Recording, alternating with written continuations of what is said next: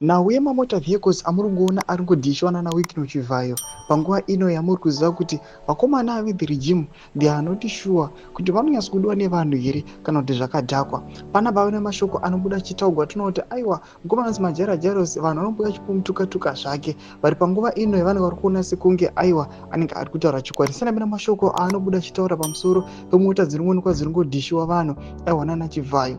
Don't leave a subscriber or like turn on the bell icon. In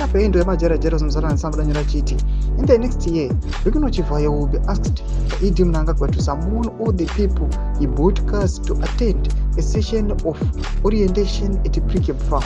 Pre-cap is a venue strategically picked up to scheme the 2030 ED anenge achitonga agenda and how to make Chiwenga a cabbage. Panapa tinoti vanhu vanopinda vachimupindura iye majarajaros achiti iwe unongozvinetsa ED harambe kusvika amen unotongozvinetsereiko. Munopinda achiti everything is a cost. You cannot get the car from Wickno without giving something in return.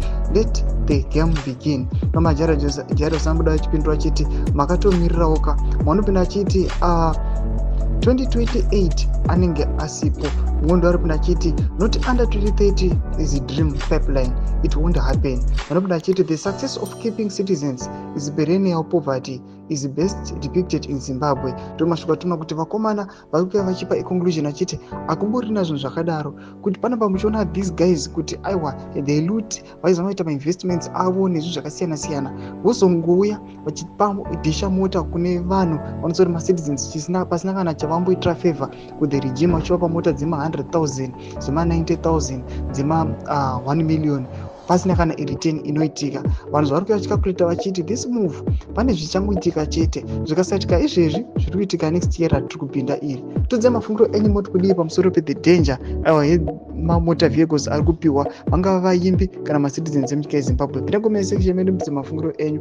Subscribe or like, turn on the bell icon.